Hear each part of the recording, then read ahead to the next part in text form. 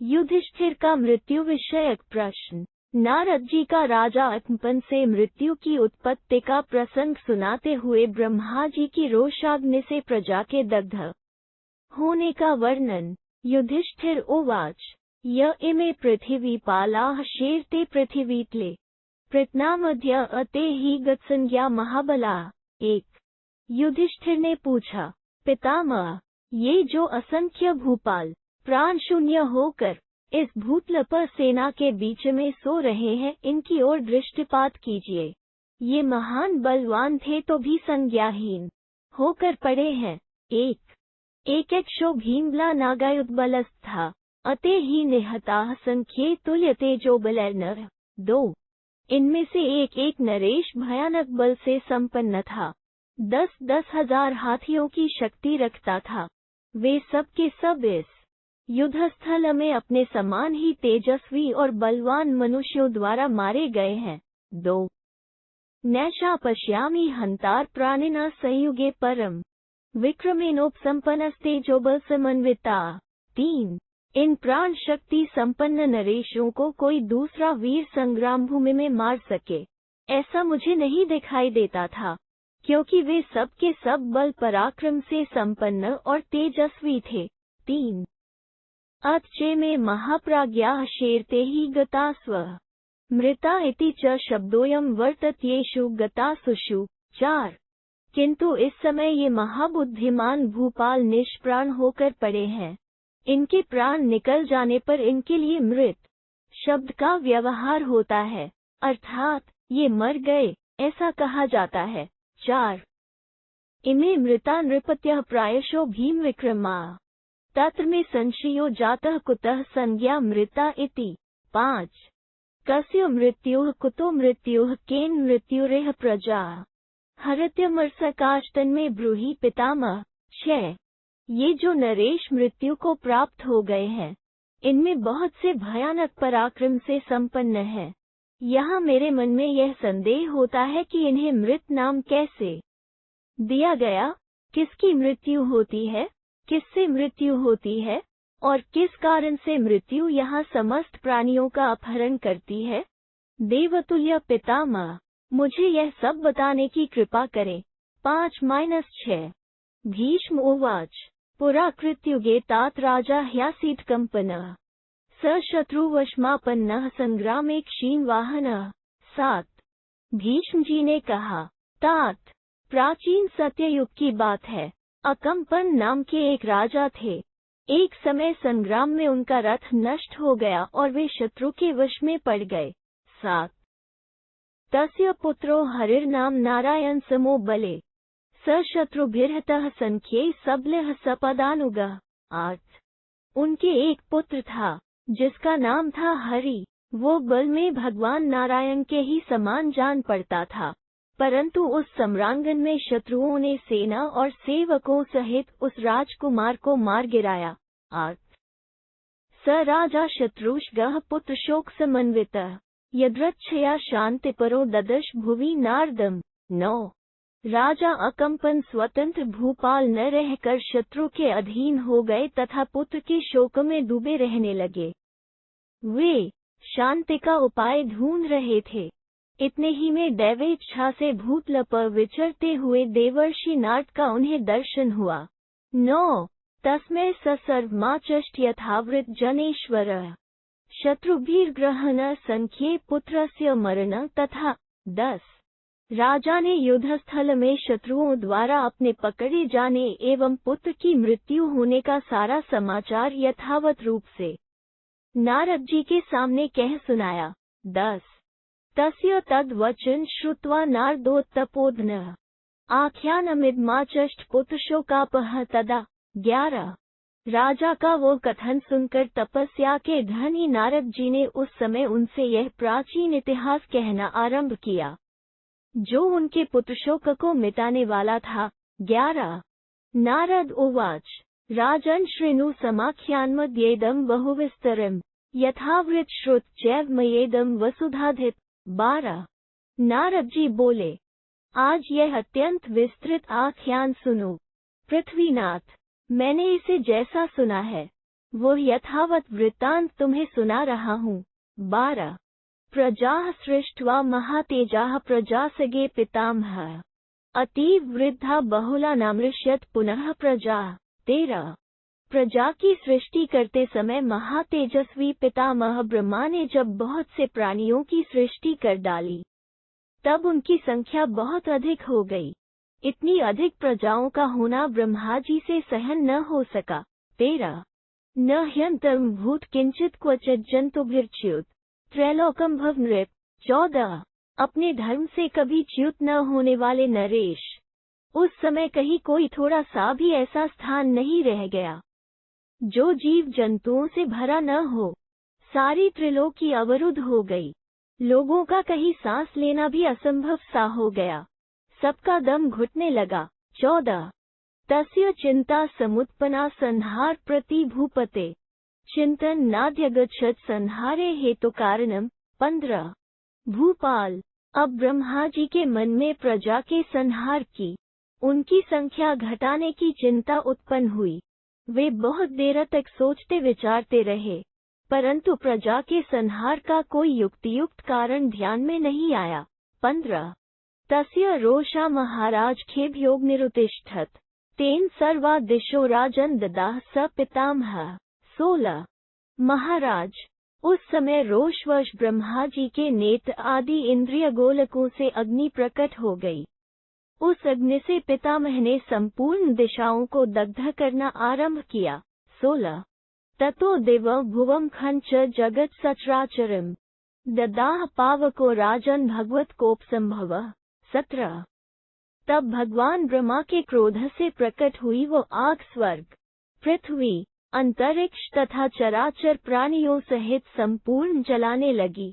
17 तत्रोद्यंत भूतानि जंगमानि ध्रुवानि च महता क्रोधवेगेन कुपिते प्रपितामहे।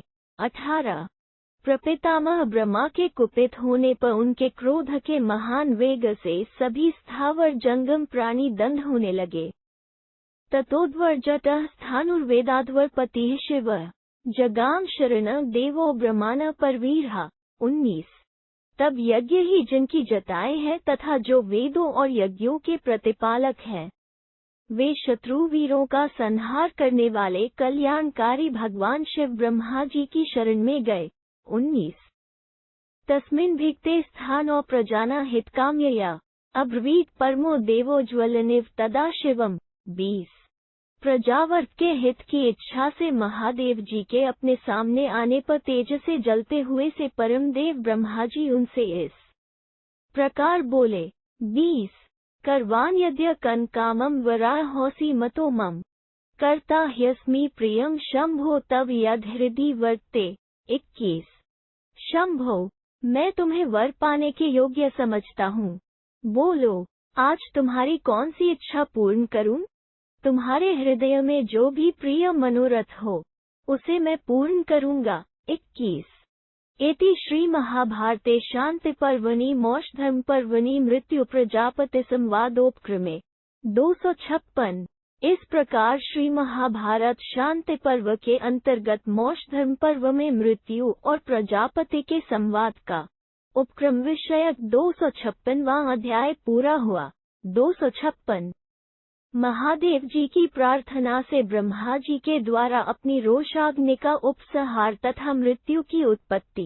स्थानुरुवाच प्रजासगनिमित में कार्यवत्तामिमा प्रभो विद्धि सृष्टास्त्व्याहिमा माँ को प्यासा पितामह।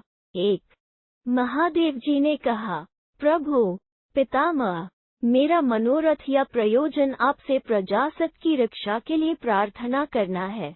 आप इस बात को जान लें, आप ही ने इन प्रजाओं की सृष्टि की है, अतः आप इन पर क्रोध न कीजिए। 1 तव तेजोग्निना देव प्रजा दह्यन्ति सर्वशः ता दृष्ट्वा मम कारुण्यम मा कुप्यासा जगत प्रभो। 2 देव जगदीश्वर आज आपकी क्रोधाग्नि से सारी प्रजाएं दग्ध हो रही हैं। उन्हें उस अवस्था में देखकर मुझे दया आती है, आप उन पर क्रोध न करें। 2 प्रजापतिरुवाच न कुप्ये न च मे कामो न भवेयुः प्रजा इति लाघवार्थ धरण यास्तु ततः संहार इष्यते। 3। प्रजापति ब्रह्मा जी बोले, शिव, मैं प्रजा पर कुपित नहीं हूँ और न मेरी यही इच्छा है कि प्रजाओं का विनाश हो जाए। पृथ्वी का भार हल्का करने के लिए ही प्रजा के संहार की आवश्यकता प्रतीत हुई है। 3। एयं हि मां सदा देवी भारार्ता समचोदत संहारार्थ महादेव भारेनाप्सु निमज्जति। 4। महादेव, यह पृथ्वी देवी भारी भार से पीड़ित हो सदा मुझे प्रजा के संहार के लिए प्रेरित करती रही है, क्योंकि यह भार से समुद्र में डूबी जा रही है। यदाहं नाधिगच्छामि बुद्धया बहु विचारन् संहार मासा वृद्धाना ततो मां क्रोध आविष्ट। 5। जब बहुत विचार करने पर भी मुझे इन बड़ी हुई प्रजाओं के संहार का कोई उपाय न सूझा, तब मुझे क्रोध आ गया। 5। स्थाणुरुवाच संहारार्थ प्रसीदस मा क्रोधो विबुधेश्वर मा प्रजाः स्थावर चैव जंगम च व्यनींशत। 6। महादेव जी ने कहा, देवेश्वर, संहार के लिए आप क्रोध न करें, प्रजा पर प्रसन्न हो। कहीं ऐसा न हो कि समस्त चराचर प्राणियों का विनाश हो जाए। 6। पल्वलानि च सर्वाणि सर्वं चैव तृणोपलम् स्थावर जंगम चैव भूतग्राम चतुर्विधम्। 7। तद भस्मसात् भूत प्रसीद भगवन् साधो वर अश्वृतो मया। 8। ये सारे जलाशय, सबके सब घास और लता बैलें तथा 4 प्रकार के प्राणी समुदाय स्वेज, आद्स, उद्भिज, जरायुज भस्मीभूत हो रहे हैं। सारे प्रलय उपस्थित हो गया है। प्रसन्न होइए साधो, मैं आपसे यही वर मांगता हूँ। 7-8। नष्टा न पुनरेष्यन्ति प्रजा हेताः कथंचन तस्मा निवर्ततामै तत्तेन स्वेनैव तेजसा। 9। यदि इन प्रजाओं का नाश हो गया तो ये किसी तरह फिर यहाँ उपस्थित न हो सकेंगी, इसलिए आप अपने ही प्रभाव से इस क्रोधाग्नि को निवृत्त कीजिए। 9। उपायं नयं संपश्य भूतानैन हितकाम्यया यथामि जन्तवः सवे न दहिरिन पितामह। 10। पितामह, आप संपूर्ण प्राणियों के हित के लिए संहार का कोई दूसरा ही उपाय सोचिए, जिससे ये सारे जीव जंतु एक साथ ही दंध न हो जाया। 10। अभावहीन गच्छेयुरुच्छिन्न प्रजनाः प्रजा अधिदेवे नियुक्तोऽस्मि त्वया लोकेश्वरेश्वर। 11। लोकेश्वरेश्वर, आपने मुझे देवताओं के आधिपत्य पद पर नियुक्त किया है, अतः मैं आपसे प्रार्थना करता हूँ, यदि प्रजा की संतति का उच्छेद होगा तो समस्त प्रजाओं का सर्वथा अभाव ही हो जाएगा, अतः आप इस विनाश को बंद कीजिए। 11। त्वद्भवं हि जगन्नाथ प्रसाद्य त्वां महादेव याचाम्यावृतजाः प्रजा। 12। जगन्नाथ, महादेव, यह समस्त चराचर जगत आपसे ही उत्पन्न हुआ है, अतः मैं आपको प्रसन्न करके यह याचना करता हूँ कि ये सारी प्रजा पुनरावर्तनशील हो, मरकर पुनः जन्म धारण करे। 12। नारद उवाच श्रुत्वा तु वचन देवः तेजस्तत्सन्निजग्राह पुनरेवांतरात्मनि। 13। नारद जी कहते हैं, महादेव जी की वो बात सुनकर भगवान ब्रह्मा ने मन और वाणी का संयम किया तथा उस अग्नि को पुनः अपनी अंतरात्मा में ही लीन कर लिया। 13। ततोऽग्निमुपसंगृह्य भगवान लोक पूजितः प्रवृत्तिं च निवृत्तिं च कल्पयामास वै प्रभुः। 14। तब लोक पूजित भगवान ब्रह्मा ने उस अग्नि का उपसंहार करके प्रजा के लिए जन्म और मृत्यु की व्यवस्था की। 14। उपसंहृत्य तमग्निन् रोषजं तदा प्रादुर्भूव विश्वेभयः खेभ्यो नारी महात्मनः। 15।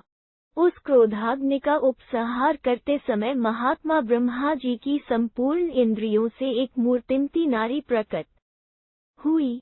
15। कृष्णा रक्तांबरधरा कृष्ण नेत्रतलात्रा दिव्य कुंडल संपन्ना दिव्याभरण भूषिता। 16। उसके वस्त्र काले और लाल थे, आँखों के निम्न और अभ्यंतर प्रदेश भी काले रंग के ही थे। वह दिव्य कुंडलों से कांतिमती तथा अलौकिक आभूषणों से विभूषित थी। 16 सा विनिहृत्य वैख्येभ्यो दक्षिणामाश्रिता दिश्म ददृशाते च तान् कन्या देव विश्वेश्वरावुभौ। 17 वो ब्रह्मा जी के इंद्रिय छिद्रों से निकलकर दक्षिण दिशा की ओर चल दी। उस समय उन दोनों जगदीश्वरों ब्रह्मा और शिव ने उस कन्या को देखा। 17 तामा हुए तदा देवो लोकानामादिरीश्वर मृत्यु इति महीपाल जहि चे महाप्रजा इति। 18 भूपाल तब लोकों के आदि कारण भगवान ब्रह्मा ने उसे मृत्यु कहकर पुकारा और निकट बुलाकर कहा, तुम इन प्रजाओं का समय समय पर विनाश करती रहो। 18 त्वं ही संहार बुद्धया में चिंतिता ऋषितेन च तस्मात् संहर सर्वांस्त्वं प्रजाः सज पंडिता। 19 मैंने प्रजा के संहार की भावना से रोष में भरकर तुम्हारा चिंतन किया था, इसलिए तुम मूढ़ और विद्वानों सहित संपूर्ण प्रजाओं का संहार करो। 19 अविशेषेण चैव त्वं प्रजाः संहर कामिनी मम त्वं ही नियोगेन श्रेयः परम वाप्स्यसि। 20 कामिनी तुम मेरे आदेश से सामान्यतः सारी प्रजा का संहार करो, इससे तुम्हें परम कल्याण की प्राप्ति होगी।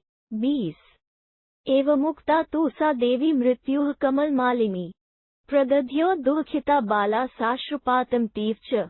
21 ब्रह्मा जी के ऐसा कहने पर कमलों की माला से अलंकृत नवयौवना मृत्यु देवी नेत्रों से आंसू बहाती हुई दुखी हो बड़ी चिंता में पड़ गई।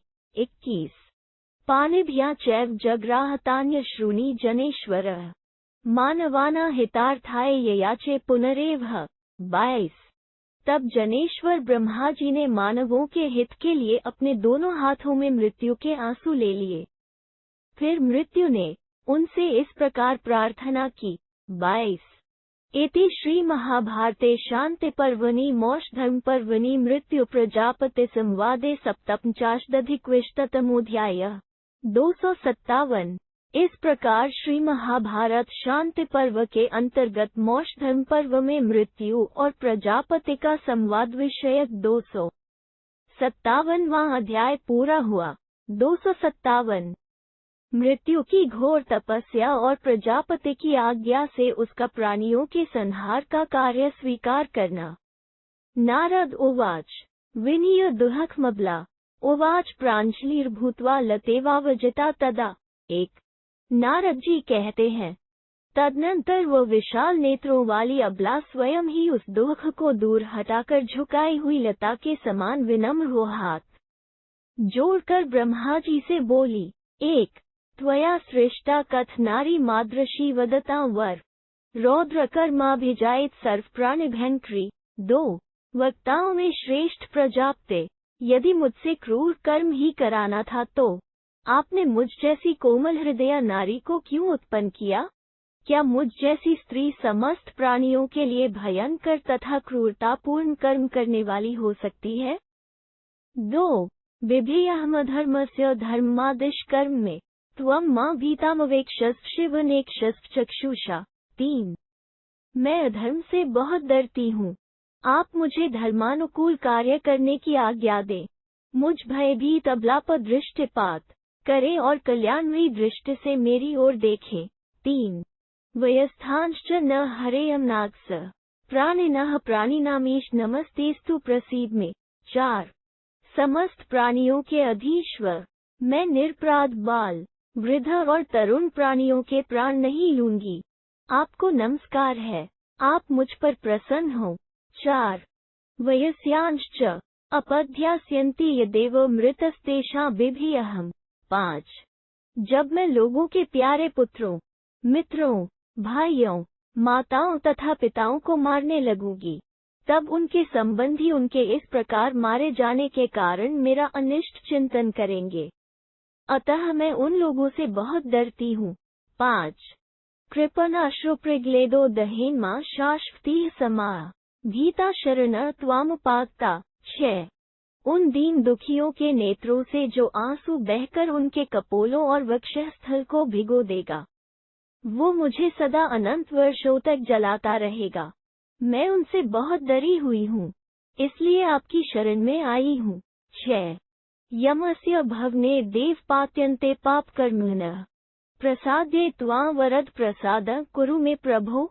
7 वरदायक प्रभो। देव, सुना है कि पापाचारी प्राणी यमराज के लोक में गिराए जाते हैं, अतः आपसे प्रसन्न होने के लिए प्रार्थना करती हूँ। आप मुझ पर कृपा कीजिए। एतदिच्छाम्यः कामं त्वतो लोकपितामह इच्छेयं त्वत्प्रसादार्थ तपस्तप्तो महेश्वर। 8 लोकपितामह। महेश्वर, मैं आपसे अपनी एक अभिलाषा की पूर्ति चाहती हूँ। मेरी इच्छा है कि मैं आपकी प्रसन्नता के लिए कहीं जाकर तप करूं। 8 पितामह उवाच मृत्यु संकल्पिता में त्वं प्रजा संहार हेतुना दत्त संहर सर्वास्त्वं प्रजा मा च विचार। 9 ब्रह्मा जी ने कहा, मृत्यु, प्रजा के संहार के लिए ही मैंने संकल्प पूर्वक तुम्हारी सृष्टि की है। जाओ, सारी प्रजा का संहार करो, इसके लिए मन में कोई विचार न करो। 9 एतदेवं वश्यं हि भविता नैतज्ञयथा क्रियताम नवद्यांगी यथोत मद्वचोंगे। 10 यह बात अवश्य ही इसी प्रकार होने वाली है, इसमें कोई परिवर्तन नहीं हो सकता। निर्दोष अंगों वाली देवी, मैंने जो बात कही है उसका पालन करो, इससे तुम्हें पाप नहीं लगेगा। 10 एवमुक्ता महाबाहो मृत्युः परपुरंजय न व्याजहार तस्थो च प्रहवा भगवदुन्मुखी। 11 महाबाहो, शत्रु नगरी पर विजय पाने वाले नरेश, ब्रह्मा जी के ऐसा कहने पर मृत्यु उन्हीं की ओर मुंह करके हाथ जोड़े खड़ी रह गई, कुछ बोल न सकी। 11 पुनः पुनर्थोक्ता सा गत्सत्वेव भामिनी तूष्णीमासीत् ततो देवो देवानामीश्वरेश्वरः। 12 प्रससाद किल ब्रह्मा स्मयमानश्च लोकेशो लोकान् सर्वान् वैक्षत। 13 उनके बारंबार कहने पर वो माननी नारी निष्प्राण सी होकर मौन रह गई, हाँ या ना कुछ भी न बोल सकी। तदनंतर देवताओं के भी देवता और ईश्वरों के भी ईश्वर लोकनाथ ब्रह्मा जी स्वयं ही अपने मन में बड़े प्रसन्न हुए और मुस्कुराते हुए समस्त लोकों की ओर देखने लगे। निवृत्रोषे तस्मिंस्तु भगवत्य पराजिते सा कन्यात जगामास्य समीपादिति न श्रुतम्। 14 उन अपराजित भगवान ब्रह्मा का रोष निवृत्त हो जाने पर वो कन्या भी उनके निकट से चली गई, ऐसा हमने सुना है। 14 अपसृत्या प्रतिश्रुत्य प्रजा संहरण तदा त्वर्मानेव राजेंद्र मृत्युर्धेनुकं भयगात्। 15 राजेंद्र, उस समय प्रजा का संहार करने के विषय में कोई प्रतिज्ञा न करके मृत्यु वहां से हट गई और बड़ी उतावली के साथ धेनुकाश्रम में जा पहुंची।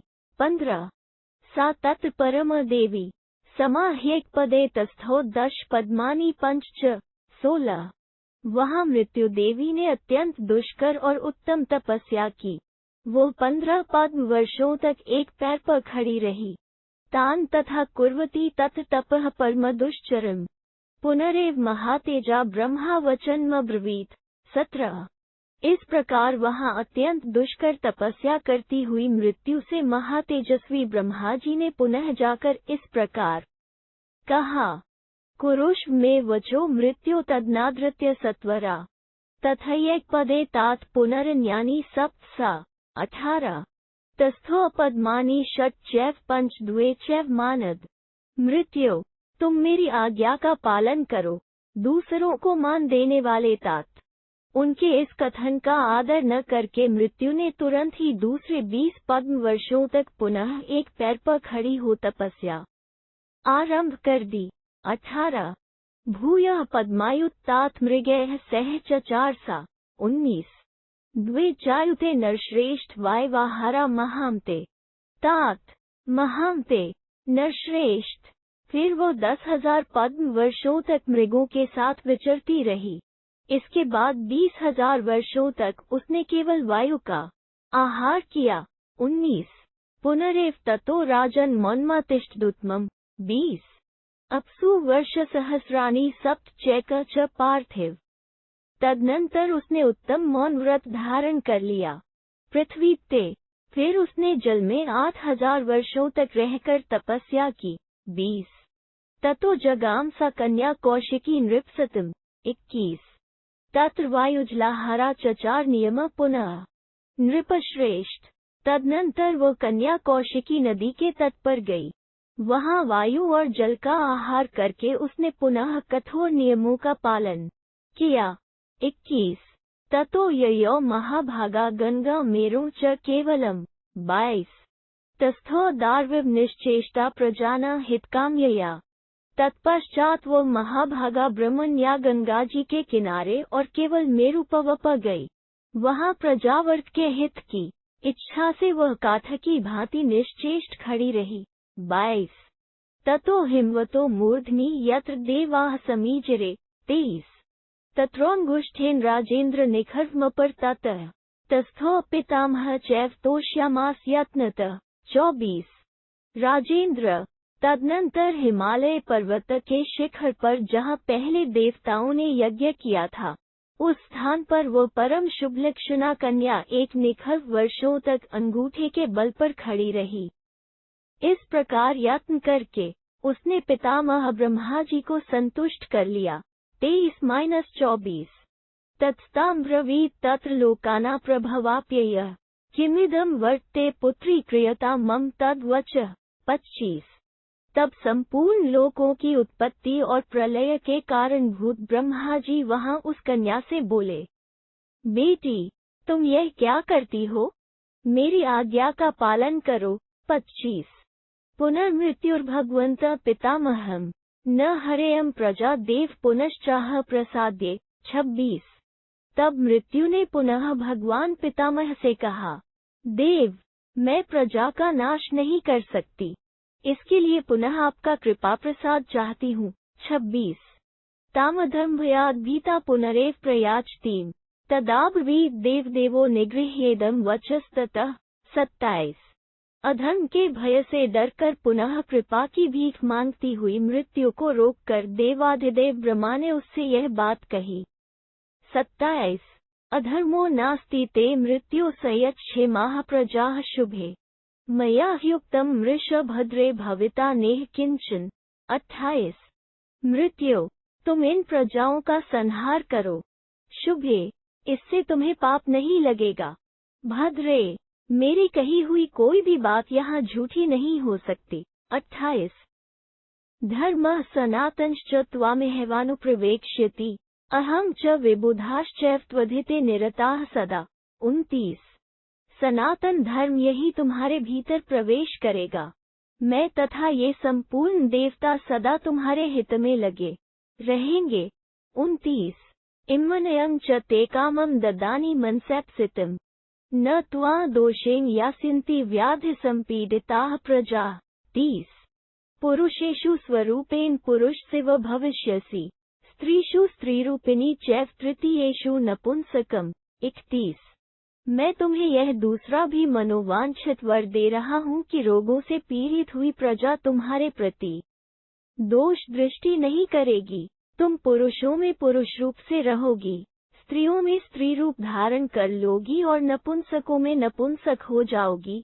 30-31 सैव मुक्ता महाराज कृतांजलिरुवोचः पुनरेव महात्मान्न नेति देवेशमव्ययम्। 32 महाराज ब्रह्मा जी के ऐसा कहने पर मृत्यु हाथ जोड़कर उन अविनाशी महात्मा देवेश्वर ब्रह्मा से पुनः इस प्रकार बोली, प्रभु मैं प्राणियों का संहार नहीं करूंगी। 32 ताम्रवीत तदा देवी मृत्यु संहर मानवान अधर्मस्ते न भविता तथा ध्यास्याम्यः शुभे। 33 तब ब्रह्मा जी ने उससे कहा, मृत्यु तुम मनुष्यों का संहार करो, तुम्हें पाप नहीं लगेगा, शुभे मैं तुम्हारे लिए शुभ चिंतन करता रहूंगा। 33 यान श्रुबिंदून पतितान पश्यम ये पाणिभ्यः धारितास्ते पुरस्तात् ते व्याधियो मानवान घोर रूपा प्राप्ते काले कालेष्यन्ति मृत्यु। 34 मृत्यु मैंने पहले तुम्हारे जिन अश्रुबिंदुओं को गिरते देखा और जिन्हें अपने हाथों में धारण कर लिया था, वे ही समय आने पर भयंकर रोग बनकर मनुष्यों को काल के गाल में डाल देंगे। 34 सर्वेषां त्वं प्राणिनां काले काम क्रोधो सहित योजयेथा एवं धर्मस्त्वामुपैष्यत्यमेव न चाधर्मं लप्स्यसे तुल्यवृत्ति। 35 सभी प्राणियों के अंतकाल में तुम काम और क्रोध को एक साथ नियुक्त कर देना। इस प्रकार तुम्हें अप्रमेय धर्म की प्राप्ति होगी और तुम्हें पाप नहीं लगेगा, क्योंकि तुम्हारी चित्तवृत्ति सम राग द्वेष से शून्य है। 35 एवं धर्मं पालयिष्यस्यथो त्वं न चात्मानमर्जयिष्यस्य धर्मे तस्मात् कामं रोचयाभयाक्ता त्वं संयोज्याथो संहर्षवेह जंतून। 36 इस प्रकार तुम धर्म का पालन करोगी और अपने आप को पाप में नहीं डुबाओगी।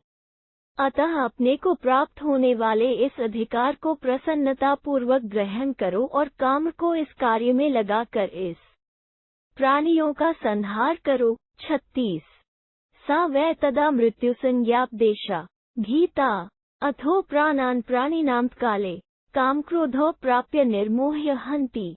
37 तब वो मृत्यु नाम वाली नारी शाप से डरकर ब्रह्मा जी से बोली, बहुत अच्छा, आपकी आज्ञा स्वीकार है। वही मृत्यु प्राणियों का अंतकाल आने पर काम और क्रोध को प्रेरित करके उनके द्वारा उन्हें मोह में डालकर मार डालती है। 37 मृत्यु एते व्याधयश्चाश्रुपाता मनुष्याना रुज्यते यैः शरीरम सर्वेषां वै प्राणिना प्राणनाते तस्मात् शोक मा कृथा बुद्धया बुद्धया। 38 पहले मृत्यु के जो अश्रुबिंदु गिरे थे वे ही ज्वर आदि रोग हो गए, जिनके द्वारा मनुष्यों का शरीर रुग्ण हो जाता है। वो मृत्यु सभी प्राणियों की आयु समाप्त होने पर उनके पास आती है। अतः राजन, तुम अपने पुत्र के लिए शोक न करो, इस विषय को बुद्धि के द्वारा समझो। 38 सवे देवाः प्राणिना प्राणनाते गत्वा वृताः सन्निवृत्तार्थै एवं सवे मानवाः प्राणनाते गत्वा वृता देववद। राज सिंह 39 राज सिंह, जैसे इंद्रियां जागृत अवस्था के अंत में सुषुप्ति के समय निष्क्रिय होकर विलीन हो जाती हैं और जागृत अवस्था आने पर पुनः लौट आती है, उसी प्रकार सारे प्राणी ही जीवन के अंत में परलोक में जाकर कर्मों के अनुसार देवताओं के तुल्य अथवा नरकगामी होते हैं और कर्मों के क्षीण होने पर इस लौटकर पुनः मनुष्य आदि योनियों में जन्म ग्रहण करते हैं। 39 वायुर्भीमो भीमनादो महोजा स सर्वेषां प्राणिना प्राणभूतः नानावृत्तिर्देहिना देहभेदे तस्माद् वायुदेव देवो विशिष्टः। 40 भयंकर शब्द करने वाला महान बलशाली भयानक प्राणवायु ही समस्त प्राणियों का प्राण स्वरूप है। वही देहधारियों के देह का नाश होने पर नाना प्रकार के रूपों या शरीरों को प्राप्त होता है। अतः इस शरीर के भीतर देवाधिदेव वायु प्राण ही सबसे श्रेष्ठ है। 40 सवे देवा मर्त्य संज्ञा विशिष्टा सवे मर्त्या देव संज्ञा विशिष्टा तस्मात् पुत्रं मा शुचो। राज सिंह पुत्र स्वर्ग प्राप्य ते मोदतेह। 41 सभी देवता पुण्य क्षय होने पर इस लोक में आकर मरणधर्मा नाम से विभूषित होते हैं और सभी मरणधर्मा मनुष्य पुण्य के प्रभाव से मृत्यु के पश्चात देव संज्ञा से संयुक्त होते हैं। अतः राज सिंह, तुम अपने पुत्र के लिए शोक न करो, तुम्हारा पुत्र स्वर्गलोक में जाकर आनंद भोग रहा है। एवं मृत्यु देव सृष्टा प्रजाना प्राप्ते काले संहरन्ति यथावत् तस्याश्चैव व्याधयस्ते श्रुपाता प्राप्ते काले संहरन्ति जंतून। 42 इस प्रकार ब्रह्मा जी ने ही प्राणियों की मृत्यु रची है।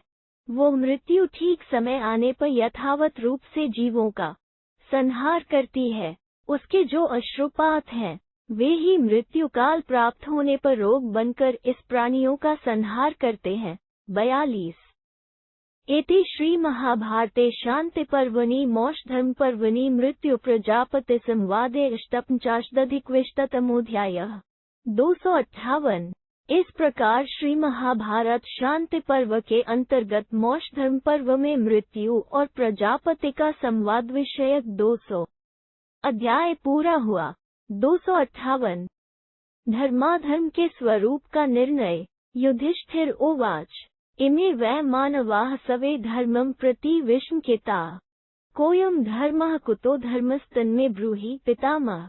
1 युधिष्ठिर ने पूछा, पितामह, ये सभी मनुष्य प्रायः धर्म के विषय में संशयशील है, अतः मैं जानना चाहता हूँ कि धर्म क्या है और उसकी उत्पत्ति कहाँ से हुई है, यह मुझे बताइए। 1 धर्मस्त्वयमिहार्थः किमुरार्थोऽपि वा भवेत् उभयार्थो हि वा धर्मस्तन्मे ब्रूहि पितामह।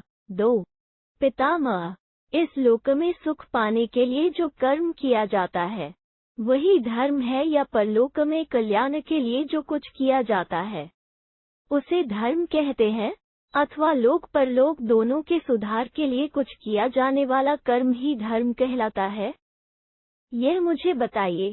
2 भीष्म उवाच सदाचारः स्मृतिर्वेदास्त्रिविधः धर्मलक्षणम् चतुर्थम् अर्थमित्याहुः कवयो धर्मलक्षणम्। 3 भीष्म जी कहते हैं, युधिष्ठिर, वेद, स्मृति और सदाचार ये 3 धर्म के स्वरूप को लक्षित कराने वाले हैं। कुछ विद्वान अर्थ को भी धर्म का चौथा लक्षण बताते हैं। 3 अपि युक्तानि धर्म्यानि व्यवस्यन्त्युत्तराव्रे लोक्यात्रार्थमेवैह धर्मस्य नियमः कृतः। 4 शास्त्रों में जो धर्मानुकूल कार्य बताए गए हैं उन्हें ही प्रधान एवं अप्रधान सभी लोग निश्चित रूप से धर्म मानते हैं। लोक यात्रा का निर्वाह करने के लिए ही महर्षियों ने यहाँ धर्म की मर्यादा स्थापित की है।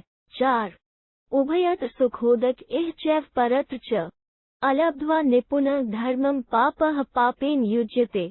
5 धर्म का पालन करने से आगे चलकर इस लोक और परलोक में भी सुख मिलता है। पापी मनुष्य विचार पूर्वक धर्म का आश्रय न लेने से पाप में प्रवृत्त हो उसके दुख रूप फल का भागी होता है। 5 न च पाप कृतः पापामुच्यन्ते कैचिदपदि अपापवादी भवति यथा भवति धर्मकृत। धर्मस्य निष्ठा त्वाचारस्तमेवाश्रित्य भोत्स्य से। 6 पापाचारी मनुष्य आपत्ति काल में कष्ट भोग कर भी उस पाप से मुक्त नहीं होते और धर्म का आचरण करने वाले लोग आपत्ति काल में भी पाप का समर्थन नहीं करते हैं। आचार, शौचाचार, सदाचार ही धर्म का आधार है। अतः युधिष्ठिर, तुम उस आचार का आश्रय लेकर ही धर्म के यथार्थ स्वरूप को जान सकोगे। 6 यथा धर्म समाविष्टो धन गृह्णाति तस्करः रमते निर्हरन्स्तेनः परवित्मराजके। 7 जैसे चोर धर्म कार्य में प्रवृत्त होकर भी दूसरों के धन का अपहरण कर ही लेता है और अराजक अवस्था में पराये धन का अपहरण करने वाला लुटेरा सुख का अनुभव करता है। 7 यदास्य तद्धरन्त्यन्ये तदा राजान्मिच्छति तदा तेषां स्पृह्यते ये वै तुष्टाः स्वकैर्धनैः। 8 परंतु जब दूसरे लोग उस चोर का भी धन हर लेते हैं तब वो चोर भी प्रजा की रक्षा करने और चोरों को दंड देने वाले राजा को चाहता है, उसकी आवश्यकता का अनुभव करता है। उस अवस्था में वो उन पुरुषों के समान बनने की इच्छा करता है जो अपने ही धन से संतुष्ट रहते हैं, दूसरों के धन पर हाथ लगाना पाप समझते हैं। 8 अभीतः शुचिर्भ्येति राजद्वारमशंकितः न ही दुश्चरितम किचिदंतरात्मनि पश्यति। 9 जो पवित्र है, जिसमें चोरी आदि के दोष नहीं है, वो मनुष्य निर्भय और निःशंक होकर राजा के द्वार पर चला जाता है, क्योंकि वो अपनी अंतरात्मा में कोई दुराचार नहीं देखता है। 9 सत्यस्य वचन साधु न सत्याद् विद्यते परम सत्येन विधृत सर्वम सर्वम सत्ये प्रतिष्ठितम। 10 सत्य बोलना शुभ कर्म है, सत्य से बढ़कर दूसरा कोई कार्य नहीं है। सत्य ने ही सबको धारण कर रखा है और सत्य में ही सब कुछ प्रतिष्ठित है। 10 अपि पाप कृतो रौद्राः सत्यम कृत्वा अद्रोहम विसंवाद प्रवर्तन्ते तदाश्रया। 11 क्रूर स्वभाव वाले पापी भी पृथक पृथक सत्य की शपथ खाकर ही आपस में द्रोह या विवाद से बचे रहते हैं। इतना ही नहीं, वे सत्य का आश्रय लेकर सत्य की ही दुहाई देकर अपने अपने कर्मों में प्रवृत्त होते हैं। 11 ते न हर्तव्यम परधन्मिति धर्मः सनातनः। 12 वे यदि आपस की शपथ को भंग कर दे तो निस्संदेह परस्पर लड़ भिड़कर नष्ट हो जाया। दूसरों के धन का अपहरण नहीं करना चाहिए, यही सनातन धर्म है। मनन्ते बलस्तस्तम दुर्बलयः संप्रवर्तितम् यदा नियत दौर्बल्यमथेषामेव रोचते। 13 कुछ बलवान लोग बल के घमंड में नास्तिक भाव का आश्रय लेकर धर्म को दुर्बलों का चलाया हुआ मानते हैं, किंतु जब भाग्यवश वे भी दुर्बल हो जाते हैं तब अपनी रक्षा के लिए उन्हें भी धर्म का ही सहारा लेना अच्छा जान पड़ता है।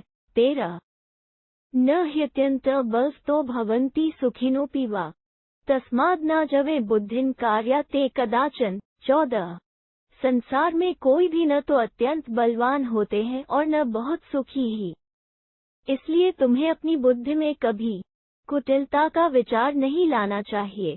14 असाधुभ्योस्य न भयं न चोरभ्यो न राजतः निर्भयः शुचिरावसेत्। 15 जो किसी का कुछ बिगाड़ता नहीं है उसे दुष्टों, चोरों अथवा राजा से भय नहीं होता। शुद्ध आचार विचार वाला पुरुष सदा निर्भय रहता है। 15 सर्वतः शंकते स्तेनो मृगो ग्राम्यवेवान् पापमन्यत्रैवापश्यति।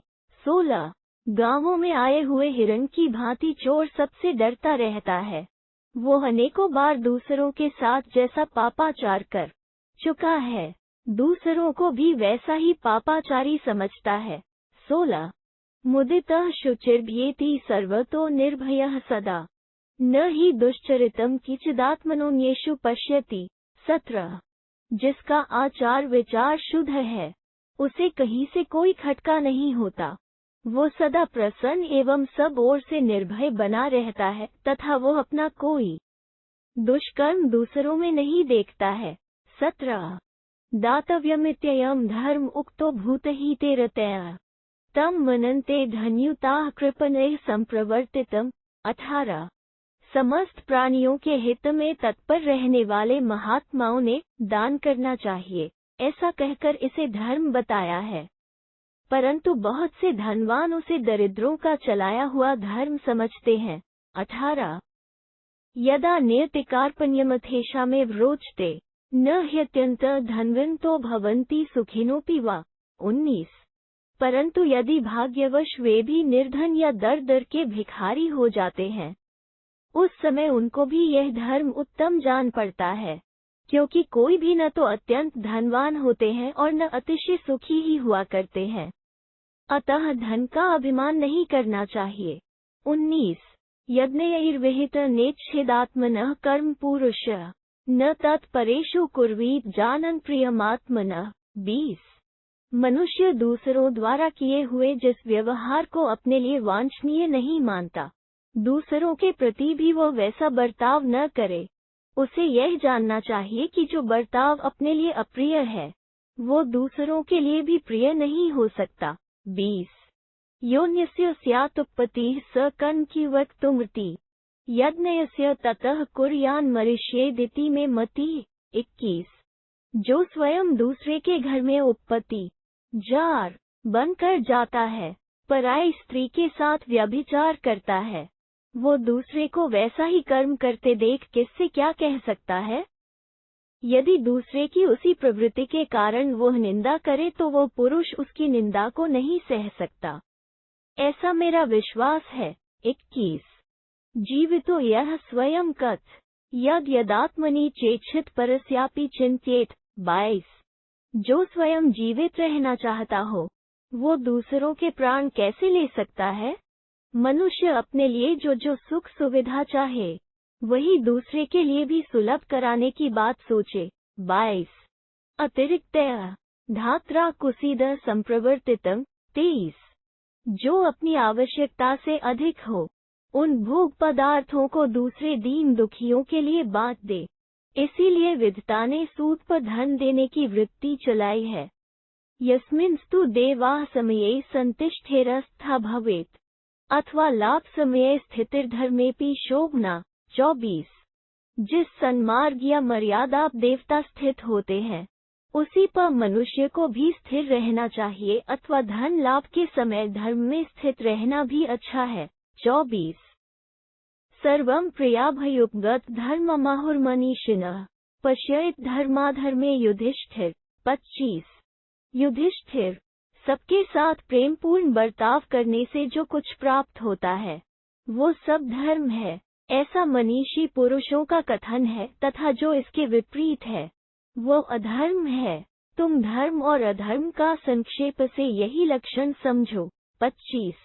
लोकसंग्रह से युक्तम विधात्रा विहित पुरा सूक्ष्मधर्मात्मयत सताचरितमुत्तमम्। 26।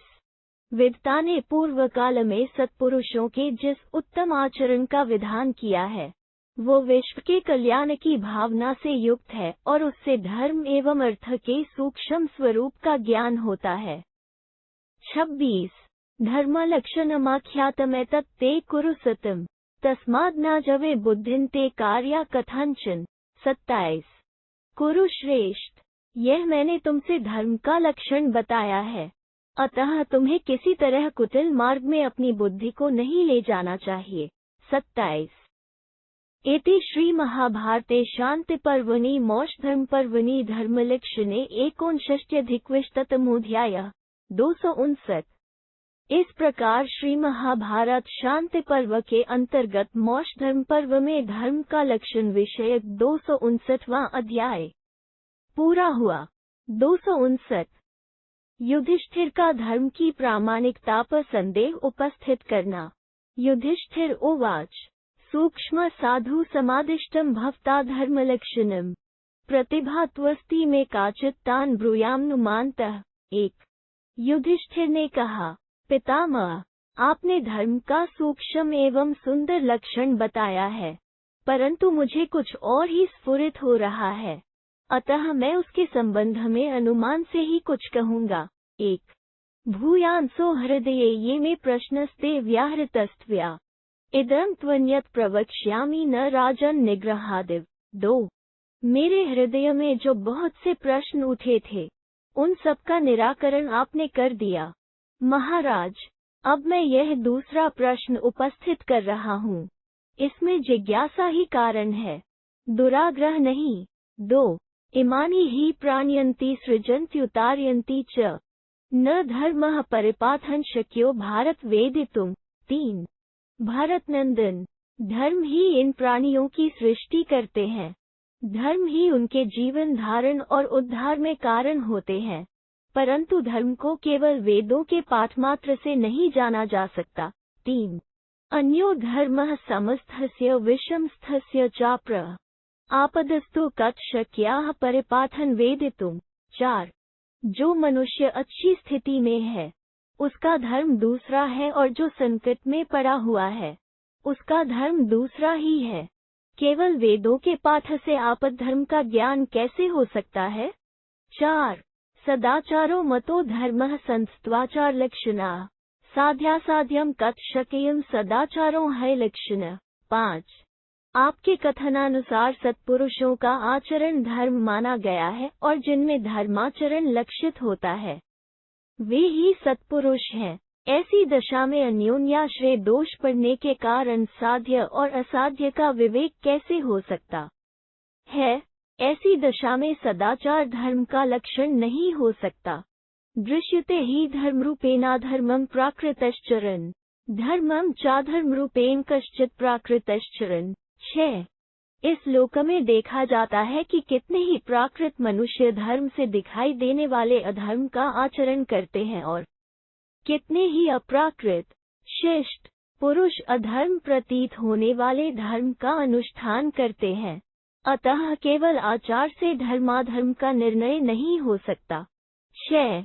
पुनरस्य प्रमाण ही निर्दिष्टं शास्त्र को विदया वेदवादाश्चानुयुग हृसन्ति तेह न श्रोतुम्।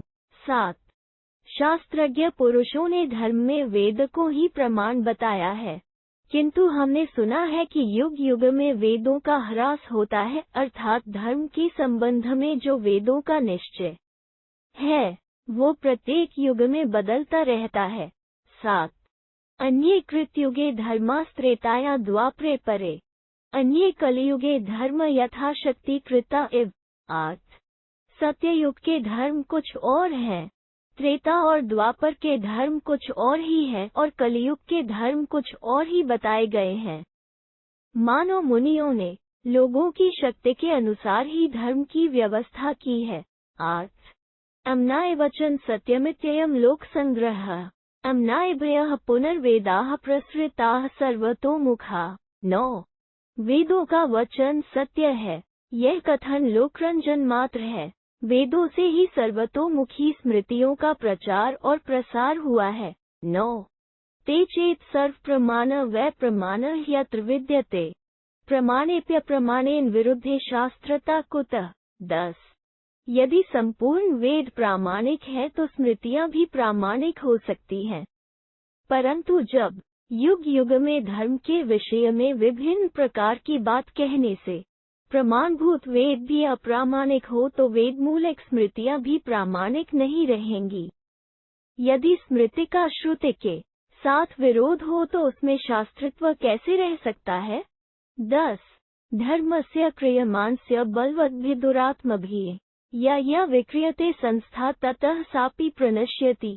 11 जब धर्म का अनुष्ठान हो रहा हो उस समय बलवान दुरात्माओं द्वारा उसमें जो विकृति उत्पन्न की जाती है उसके कारण उस धर्म मर्यादा का ही लोप हो जाता है।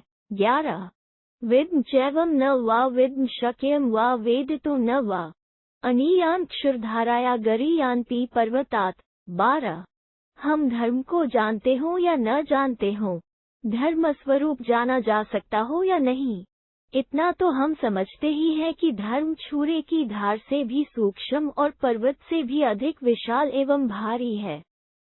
12 गंधर्व नगराकारः प्रथम संप्रदृश्यते, अन्वीक्षमाणः कविभिः पुनर्गच्छत्यदर्शनम्। 13 धर्म के विषय में जब आलोचना की जाती है तब पहले तो वो गंधर्व नगर के समान दिखाई देता है, फिर विद्वानों द्वारा विशेष रूप से विचार करने पर यह प्रतीत होता है कि वो अदृश्य हो गया। 13 निपाननीव गोप्योपि क्षेत्रे कुल्ये च भारत, स्मृति ही शाश्वतो धर्मो विप्रहीनो न दृश्यते। 14 भारत नंदन जैसे बहुत सी गौओं को पानी पिलाने से निपान शुद्ध जलाशय सूख जाते हैं तथा जैसे अधिक खेतों की सिंचाई करने से नहरों का पानी निपट जाता है, उसी प्रकार सनातन वैदिक धर्म अथवा स्मृति शास्त्र धीरे धीरे क्षीण होकर कलियुग के अंतिम भाग में दिखाई ही नहीं देता है। 14 कामाग्न्येच्छया चाय कारण प्रस्था, असंतपि वृथाचार भजनते बहवो परे। 15 क्योंकि उस समय कुछ लोग स्वार्थवश, दूसरे लोग दूसरों की इच्छा से तथा अन्य मनुष्य अन्यान्य कारणों से धर्माचरण करते हैं और बहुत से असाधु पुरुष भी व्यर्थ धर्माचरण का धूम फैला लेते हैं। 15 धर्मो भवति सक्षिप्र प्रलापत्वेव साधुषु, अथैतानाहुरुन्मतान्पि चावहसन्त्युत। 16 उन दिनों लोगों द्वारा प्रायः सकाम भाव से ही धर्म का आचरण होता देखा जाता है। श्रेष्ठ पुरुषों में जो यथार्थ धर्म होता है वो शीघ्र ही मूढ़ मनुष्यों की दृष्टि में प्रलाप मात्र सिद्ध होता है। वे मूढ़ उन धर्मात्मा पुरुषों को पागल कहते और उनकी हंसी उड़ाते हैं। 16 महाजना ह्युपावृता राजधर्मं समाश्रिता, न ही सर्वहितः कश्चिदाचारः संप्रवर्ते। 17 आचार्य द्रोण जैसे महापुरुष भी स्वधर्म से हटकर क्षत्रिय धर्म का आश्रय लेते हैं, अतः कोई भी आचार ऐसा नहीं है जो सबके लिए समान रूप से हितकर या सबके द्वारा समान रूप से पालित हो। 17 तेनैवायाः प्रभवति सोऽप्रं बाधते पुनः, दृश्यते चैव स पुनस्तुल्य रूपो यदृच्छया। 18 यह भी देखा जाता है कि उसी धर्म के आचरण से विश्वामित्र आदि अन्य महापुरुषों ने उन्नति प्राप्त की है तथा रावण आदि निशाचर उसी धर्म के बल से दूसरों को पीड़ा देते हैं एवं कश्यप आदि अनेक महर्षि ईश्वर की इच्छा से उसी धर्म के द्वारा सदा एक सी स्थिति में दिखाई देते हैं। 18 येन वायः प्रभवति सोप्रान्पि बाधते आचाराणां नकाग्रयं सर्वेषमुपलक्ष्येत।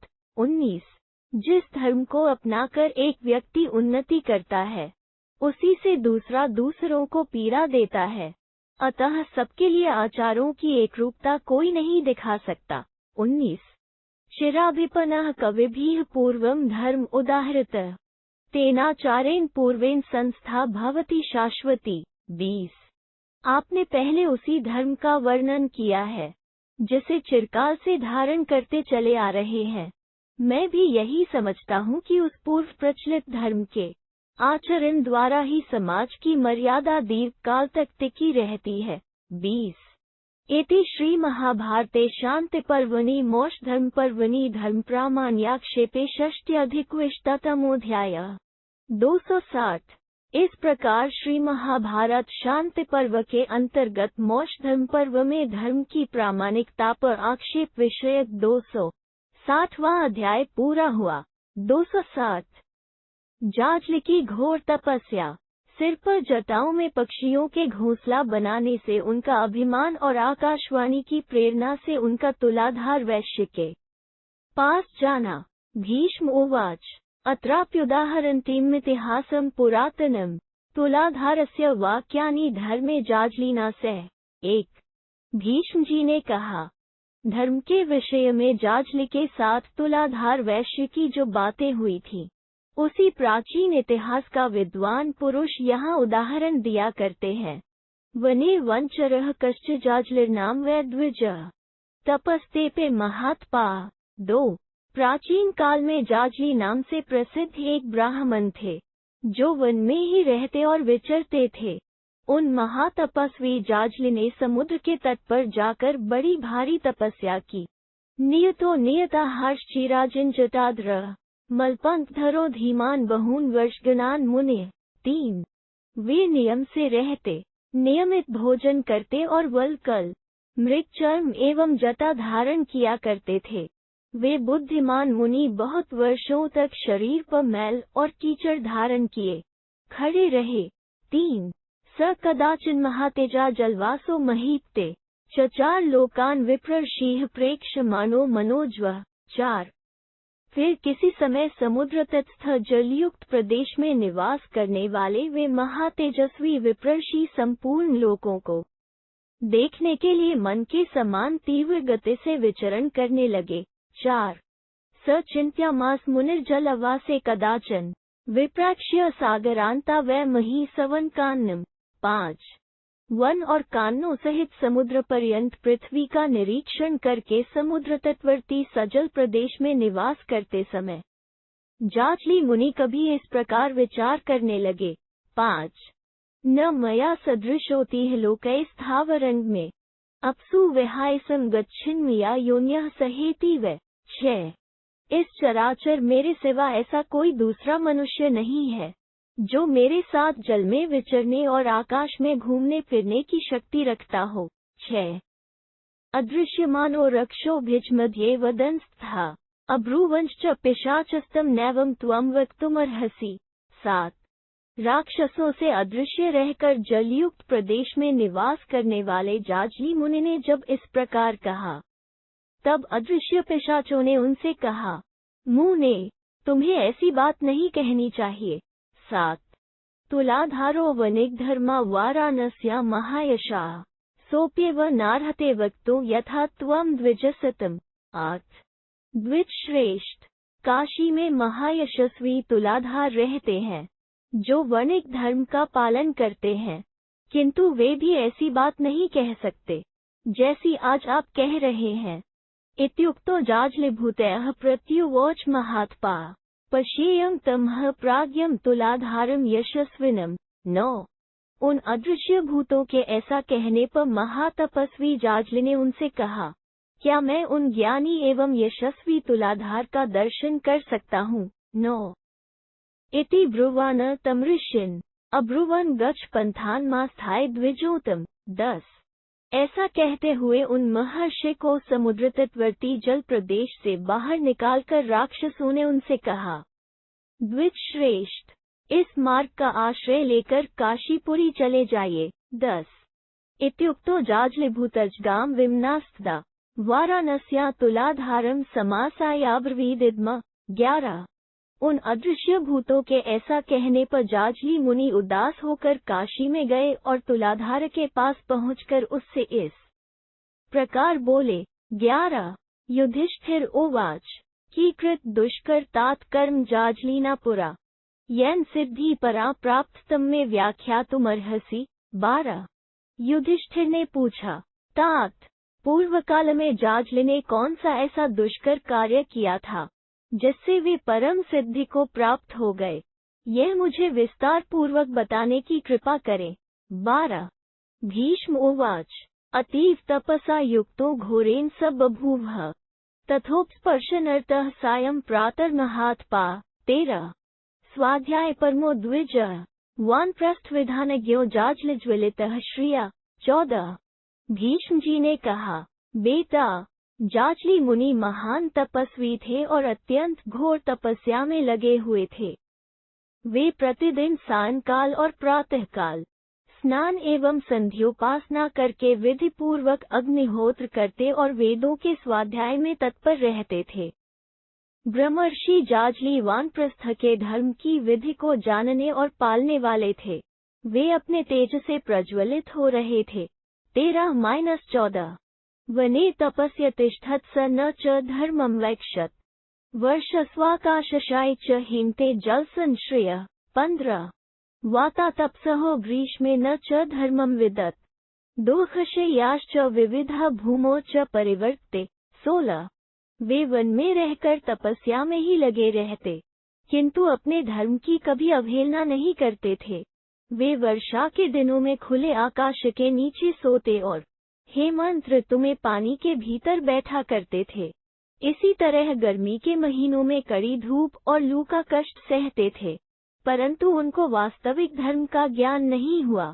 वे पृथ्वी पर ही लौटते और तरह तरह से इस प्रकार सोते, जिससे दुहक और कष्ट का ही अधिक अनुभव होता था।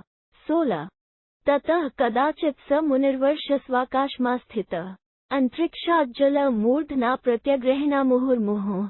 17 तदनंतर किसी समय वर्षा ऋतु आने पर वे मुनि खुले आकाश के नीचे खड़े हो गए और आकाश से जो जल की मूसलाधार वृष्टि होती थी, उसके आघात को बारंबार अपने मस्तक पर ही सहने लगे। 17 अथ तस्य जटाः क्लिना बभूवुर्ग्रथिताः प्रभो अरण्यगमना नित्यं मलिनोम्लसंयुतः। 18 प्रभो, उनके सिर के बाल बराबर भींगे रहने के कारण उलझकर जटा के रूप में परिणत हो गए। सदा वन में ही विचरण करने के कारण उनके शरीर पर मैल जम गई थी, परंतु उनका अंतःकरण निर्मल हो गया था। 18 स कदाच निराहारो वायुभक्षो महात्पा तस्थो काष्ठवत् व्यग्रो न चचाल च करहिचित्। 19 एक समय की बात है, वे महातपस्वी जाजली निराहार रहकर वायु भक्षण करते हुए काष्ठ की भांति खड़े हो गए। उस समय उनके चित्त में तनिक भी व्यग्रता नहीं थी और वे क्षण भर के लिए भी कभी विचलित नहीं होते थे।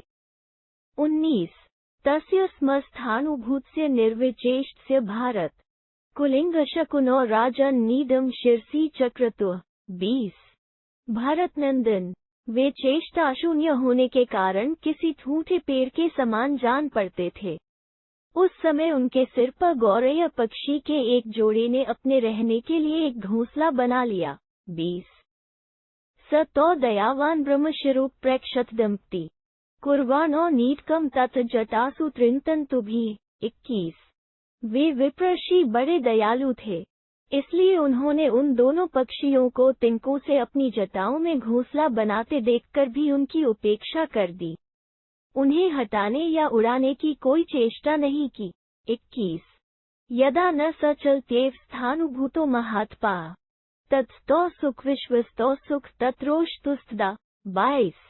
जब वे महातपस्वी ठूठे काठ के समान होकर जरा भी हिले डुले नहीं, तब अच्छी तरह विश्वास जम जाने के कारण वे दोनों पक्षी वहां बड़े सुख से रहने लगे। 22। अतीतास्वत वर्षासु शरत काल उपस्थिते प्राजापत्येन विधना विश्वासात् काममोहित। 23। तत्रापात्यता राजन शीर्ष्यंदानी खेचरो तानबुद्यत तेजस्वी सविप्रह संचित व्रत। 24। धीरे धीरे वर्षा ऋतु बीत गई और शरत काल उपस्थित हुआ। उस समय काम से मोहित होकर उन गौरैयों ने संतानोत्पादन की विध से परस्पर समागम किया और विश्वास के कारण महर्षि के सिर पर ही अंडे दिए। कठोर व्रत का पालन करने वाले उन तेजस्वी ब्राह्मण को यह मालूम हो गया कि पक्षियों ने मेरी जटाओं में अंडे दिए हैं।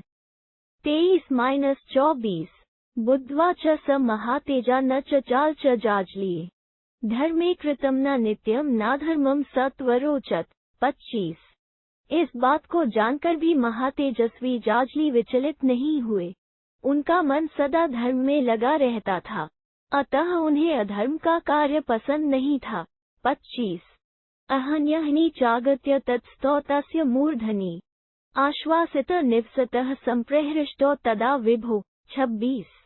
प्रभो, चिड़ियों के वे जोड़े प्रतिदिन चारा चुगने के लिए जाते और फिर लौटकर उनके मस्तक पर ही बसेरा लेते थे।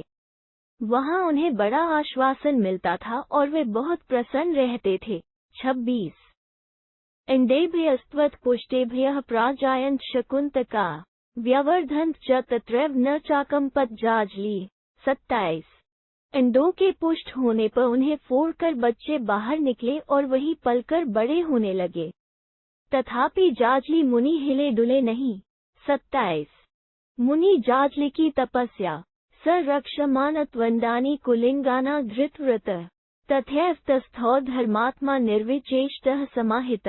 28।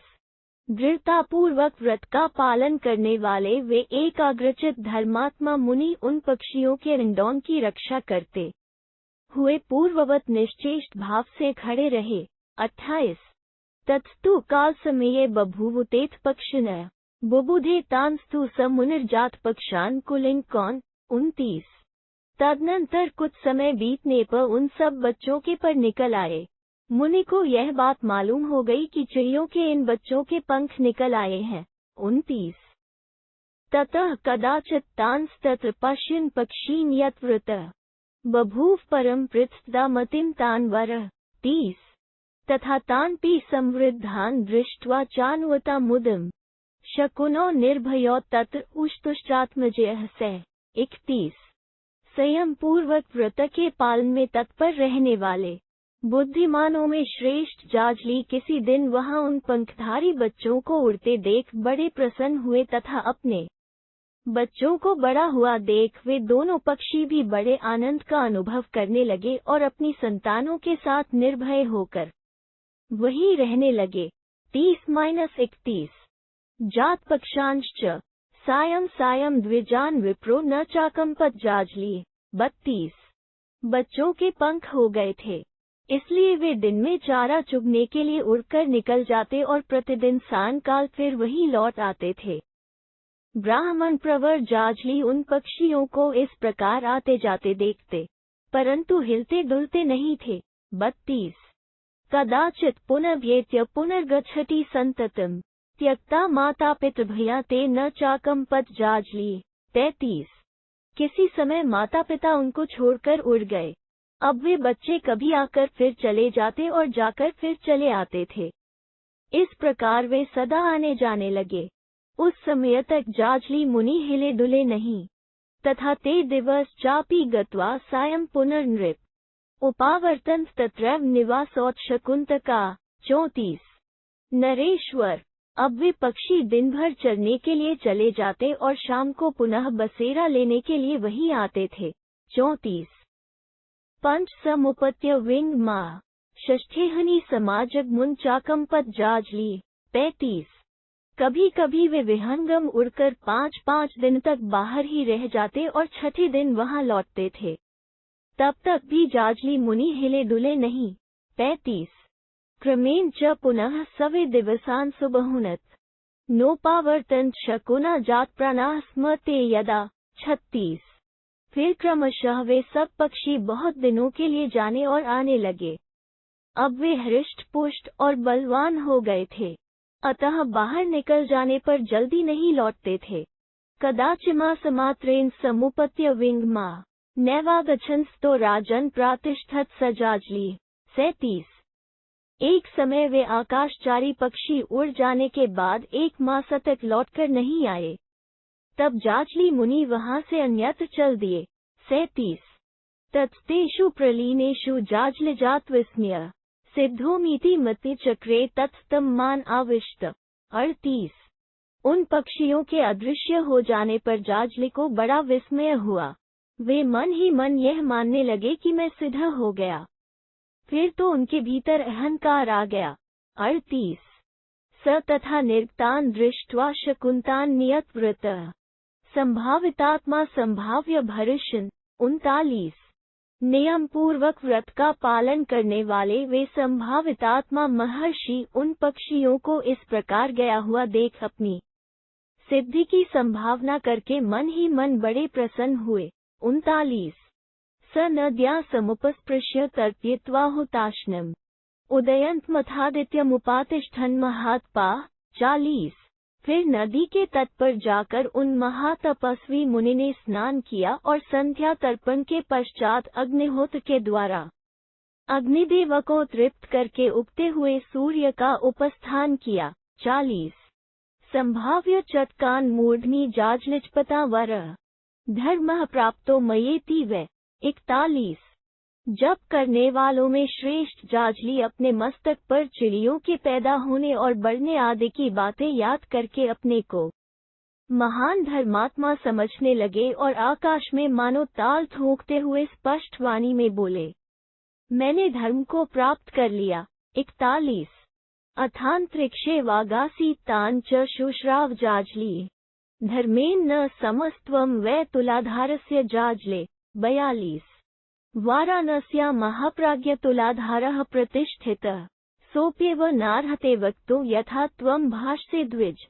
43 इतने ही में आकाशवाणी हुई, जाजले तुम धर्म में तुलाधार के समान नहीं हो। काशीपुरी में महाज्ञानी तुलाधार वैश्य प्रतिष्ठित हैं।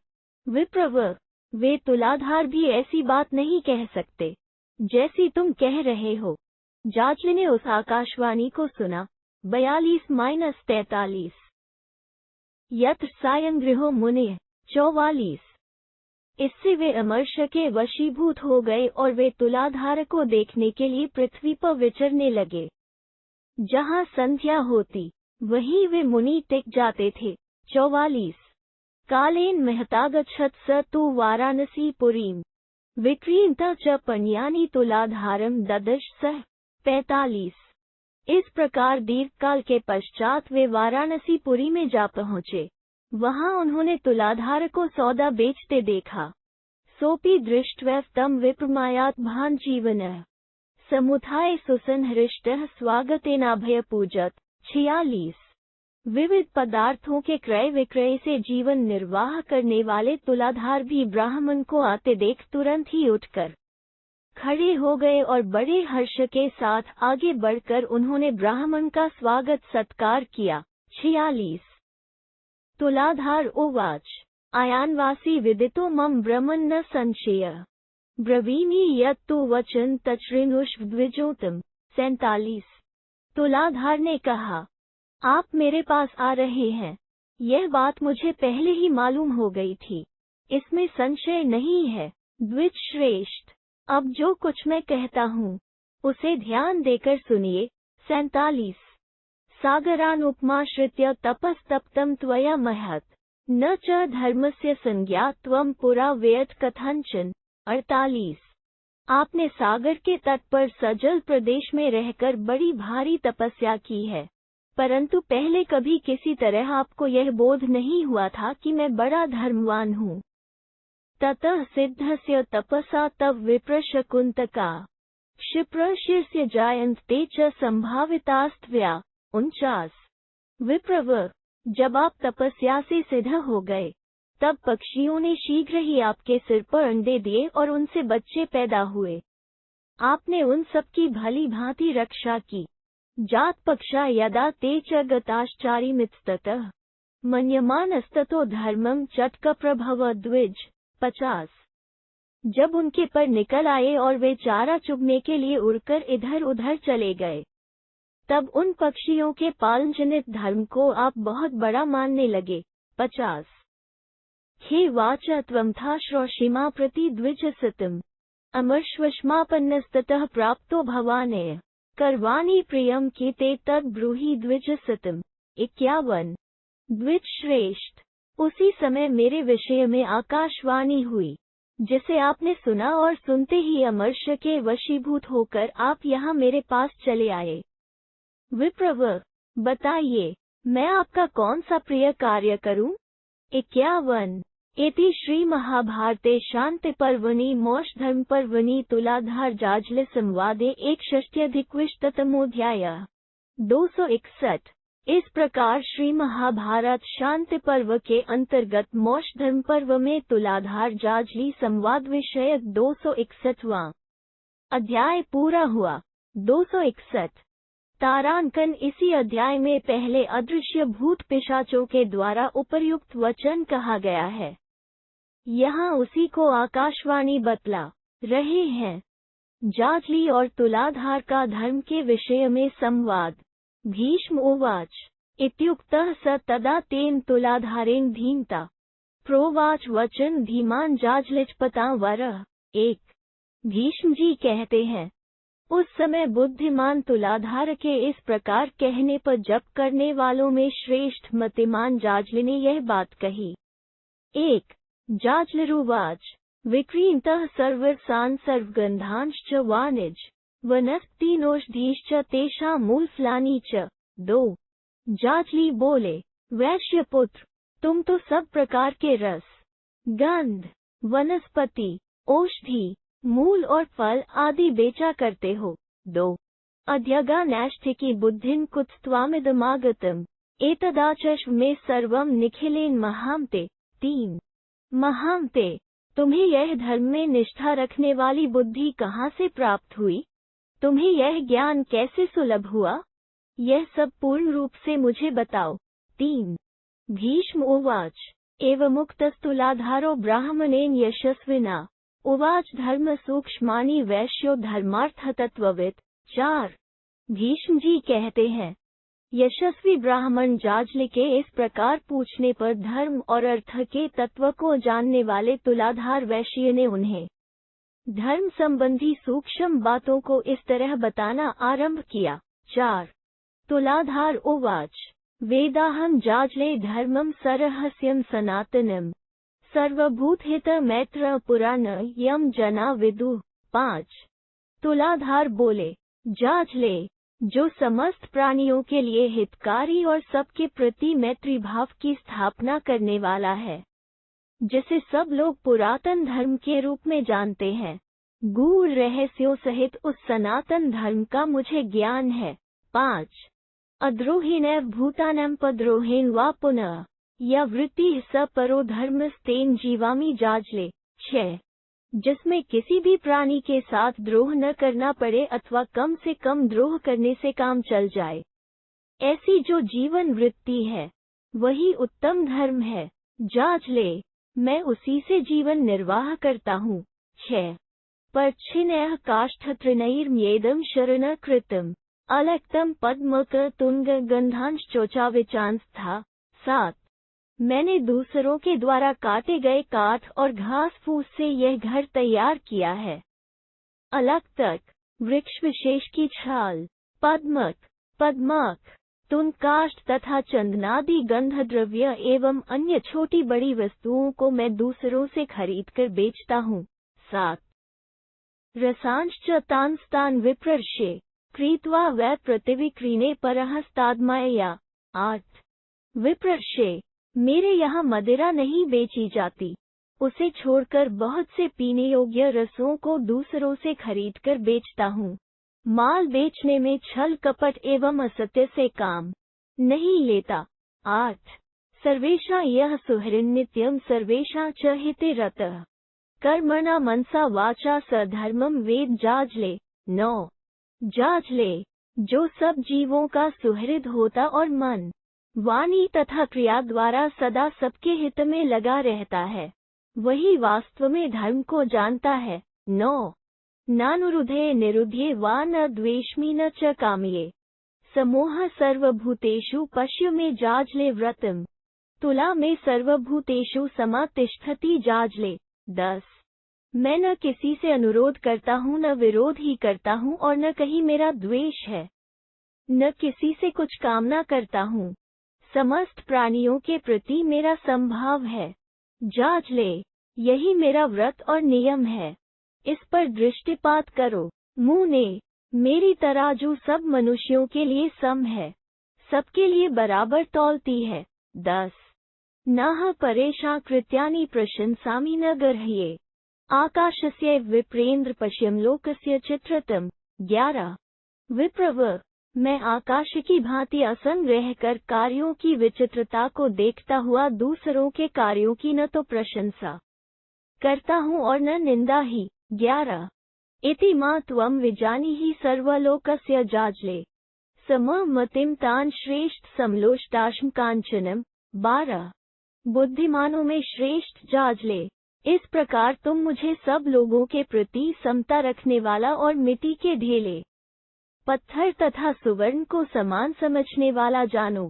12 यथान्धब्धिरोन्मता सदा देवैर्पिहितद्वारा सोपमा पश्यतो मम।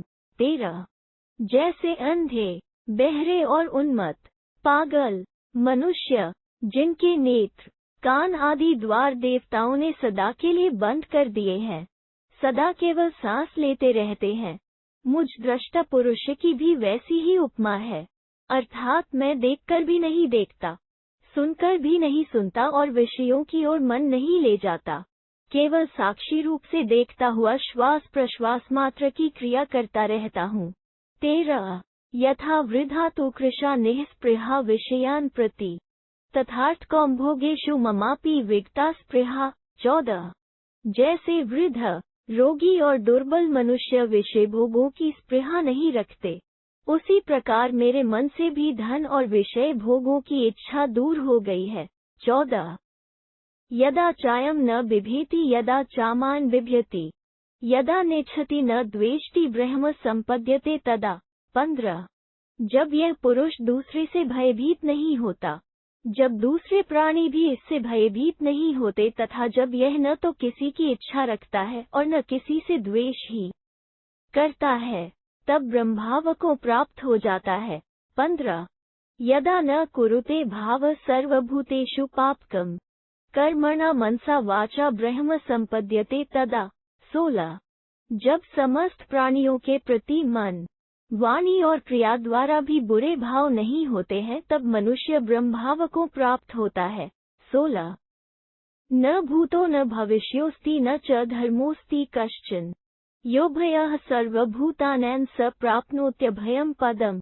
17 जिसका भूत या भविष्य में कोई कार्य नहीं है तथा जिसके लिए कोई धर्म करना शेष नहीं है, साथ ही संपूर्ण भूतों को अभय प्रदान करता है, वही निर्भय पद को प्राप्त होता है। 17 यस्मादुद्विजते लोकः सर्वो मृत्युमुखादिव स प्राप्नोति महद् भयम्। 18 जैसे सब लोग मौत के मुख में जाने से डरते हैं, उसी प्रकार जिसके स्मरण मात्र से सब लोग उद्विग्न हो उठते हैं तथा जो कटु वचन बोलने वाला और दंड देने में कठोर है, ऐसे मनुष्य को महान भय का सामना करना पड़ता है। यथावद् वर्तमानानां वृद्धानां पुत्र पौत्रिणाम् अनुवर्ताम हे वृत्तमहिस्राणां महात्मनाम्। 19 जो वृद्ध है, पुत्र और पौत्रों से संपन्न है, शास्त्र के अनुसार यथोचित आचरण करते हैं और किसी भी जीव की हिंसा नहीं करते हैं, उन्हीं महात्माओं के बर्ताव का मैं भी अनुसरण करता हूँ। 19 प्रनष्टः शाश्वतो धर्मस्त्वनाचारेण मोहितः तेन वैद्यस्तपस्वी वा बलवान वा विमुह्यते। 20 अनाचार से सनातन धर्म मोहयुक्त होकर नष्ट हो जाता है। उसके द्वारा विद्वान, तपस्वी तथा काम क्रोध को जीतने वाला बलवान पुरुष भी मोह में पड़ जाता है। आचारात् जाजले प्राज्ञः क्षिप्र धर्मं वाप्नुयात् एवं यह साधु भिदान्तश्चरिद्रोह चेत्स। 21। जाजले, जो जितेंद्रिय पुरुष अपने चित्त में दूसरों के प्रति द्रोह न रखकर इस प्रकार श्रेष्ठ पुरुषों द्वारा पालित आचार को अपने आचरण में लाता है, वो विद्वान वेद बोधित सदाचार का पालन करने से शीघ्र ही धर्म के रहस्य को जान लेता है। 21। नद्या चेह यथा काष्ठमुमान्न यदृच्छया यदृच्छयैव काष्ठेन संधि गच्छित केनचित्। 22। तत्रा प्राणी दारूणि संसृज्यन्ते परस्परम त्रिंकाष्ठकरीषाणि कदाचिन समीक्षया। 23। जैसे यहाँ नदी की धारा में दैवेच्छा से बहता हुआ काठ अकस्मात किसी दूसरे काठ से संयुक्त हो जाता है, फिर वहाँ दूसरे काष्ठ, तिनके, छोटी छोटी लकड़ियाँ और सूखे गोबर भी आकर एक दूसरे से जुड़ जाते हैं, परंतु इन सब का वो संयोग आकस्मिक ही होता है, समझ बूझकर नहीं। इसी प्रकार संसार के प्राणियों के भी परस्पर सहयोग वियोग होते रहते हैं। यस्मानोद्वित्ते भूत जातु किंचित कथंचन अभयम सर्वभूतेभयः स प्राप्नोति सदा मुने। 24। मुने, जिससे कोई भी प्राणी कभी किसी तरह भी उद्विग्न नहीं होता, वो सदा संपूर्ण भूतों से अभय प्राप्त कर लेता है। 24। यस्मादुद्वित्ते विद्वन् सर्वलोको वृकादिव क्रोशत्तीर्मासाद्य यथा सवे जलेचरा। 25। स भयं सर्वभूतेभयः संप्राप्नोति महामते। महामते, जैसे नदी के तीर पर आकर कोलाहल करने वाले मनुष्य के डर से सभी जलचर जंतु भय के मारे छिप जाते हैं तथा जिस प्रकार भेड़िए को देखकर सभी थर्रा उठते हैं, उसी प्रकार जिससे सब लोग डरते हैं, उसे भी संपूर्ण प्राणियों से भय प्राप्त होता है। 25। एवमेवायमाचारः प्रादुर्भूतो यतस्ततः यह सुभगोथ परस्तथा। 26। इस प्रकार यह अभयदान रूप आचार प्रकट हुआ है, जो सभी उपायों से साध्य है। जैसे बने वैसे इसका पालन करना चाहिए। जो इसे आचरण में लाता है वो सहायवान, सौभाग्यशाली तथा श्रेष्ठ समझा जाता है। 26। तत्स्थानेव कवयः शास्त्रेषु प्रवदन्त्युत कीर्त्यर्थं प्रलेखाः पत्वः कृत्स्ननिर्णयाः। 27। अतः जो अभयदान देने में समर्थ होते हैं, उन्हीं को विद्वान पुरुष शास्त्रों में श्रेष्ठ बताते हैं। उनमें से जो बहिर्मुख होकर अपने हृदय में क्षणभंगुर विषय सुखों की इच्छा रखते हैं, वे तो कीर्ति और मान बढ़ाई के लिए ही अभयदान रूप व्रत का पालन करते हैं, परंतु जो पटु या प्रवीण पुरुष हैं, वे पूर्ण स्वरूप परब्रह्म की प्राप्ति के लिए ही इस व्रत का आश्रय लेते हैं। 27। तपोभियज्ञदानश्च वाक्यैः प्रज्ञाश्रितैस्था प्राप्नोत्यभयदानस्य यद् यत् फलमिहाश्नुते। 28। तप, यज्ञ, दान और ज्ञान संबंधी उपदेश के द्वारा मनुष्य यहाँ जो फल प्राप्त करता है, वो सब उसे केवल अभय दान से मिल जाता है। 28। लोके यः सर्वभूतेभ्यो ददात्यभयदक्षिणाम् स सर्वयज्ञैरिजानः प्राप्नोत्यभयदक्षिणाम्। 29। जो संपूर्ण प्राणियों को अभय की दक्षिणा देता है, वो मानो समस्त यज्ञों का अनुष्ठान कर लेता है तथा उसे भी सब ओर से अभय दान प्राप्त हो जाता है। 29। न भूतानाम हिंसाया ज्यायान धर्मोस्ति कश्चन यस्मानोद्वित्ते भूत जातु किंचित कथंचन सोभयम सर्वभूतेभयः संप्राप्नोति महामुने। 30। प्राणियों की हिंसा न करने से जिस धर्म की सिद्धि होती है, उससे बढ़कर महान धर्म कोई नहीं है। महामुने, जिससे कभी कोई भी प्राणी किसी तरह उद्विग्न नहीं होता, वो भी संपूर्ण प्राणियों से अभय प्राप्त कर लेता है। 30। यस्मादुद्वित्ते लोकः सर्पाद्वेषमत्तादिव न स धर्मं वाप्नोति इहलोके परत्र च। 31। घर के भीतर रहने वाले सर्प के समान जिस पुरुष से सब लोग भयभीत रहते हैं, वो इहलोक और परलोक में भी कभी धर्म के फल को नहीं पाता। 31 सर्वभूतात्मभूत्स्य सर्वभूतानि पश्यतः देवापि मार्गे मुह्यन्ति अपदस्य पदेशिनः। 32 जो समस्त प्राणियों का आत्मा हो गया है और संपूर्ण भूतों को अपने से अभिन्न देखता है, उसे किसी विशेष स्थान की प्राप्ति नहीं होती, वो ब्रह्मस्वरूप हो जाता है। उसके पद चिन्ह की खोज करने वाले देवता भी उस ज्ञानी पुरुष के मार्ग के विषय में मोहित हो जाते हैं, उसकी गति का पता नहीं पाते हैं। 32 दान न भूतभयस्याहुः सर्वदान भय उत्तमम् ब्रवीमि ते सत्यमिदं श्रद्धस्व च जाजले। 33 प्राणियों को अभयदान देना सब दानों से उत्तम बताया गया है। जाजले मैं तुमसे यह सच्ची बात कहता हूँ, तुम इस पर विश्वास करो। 33 स एव सुभगो भूत्वा पुनर्भवति दुर्गः व्यापत्तिं कर्मणा जुगुप्सन्ति जनाः सदा। 34 जो स्वर्गादि की कामना करके धर्म कार्य करते हैं, वे ही स्वर्गादि फलों को पाकर सौभाग्यवान कहलाते हैं। फिर वे ही पुण्य क्षीण होने के पश्चात जब स्वर्ग से नीचे गिरते हैं, तब दुर्भाग्य से दूषित माने जाते हैं। इस प्रकार कर्मों का विनाश देखकर विज्ञ पुरुष सदा ही सकौम कर्मों की निंदा करते हैं। 34 अकारणो हि नैवास्ति धर्मः सूक्ष्मो हि जाजले भूतभव्यार्थमेवेह धर्म प्रवचन कृतम।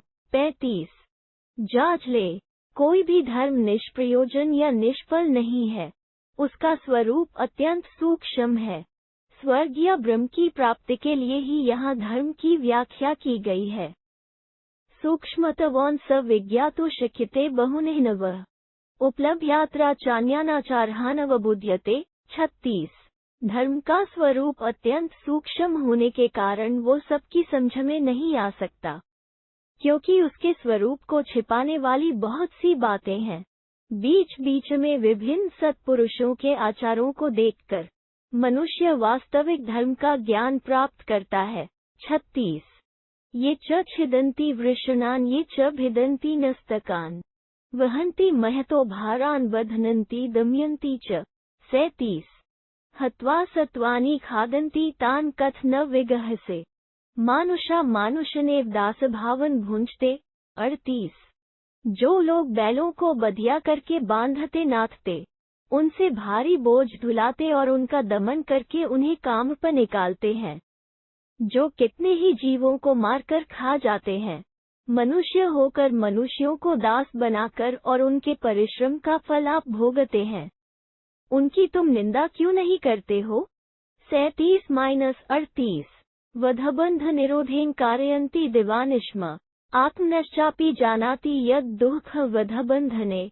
39 जो लोग वध और बंधन की दशा में अपने को कितना कष्ट होता है, इस बात को जानते हैं तो भी दूसरों को वध, बंधन और कैद के कष्ट में डालकर उनसे दिन रात काम कराते हैं, उनकी निंदा तुम क्यों नहीं करते हो। 39 पंचेन्द्रियेषु भूतेषु सर्वं वसति दैवत्म आदित्यश्चंद्रमा वायु ब्रह्मा प्राणः क्रतुर्यमः।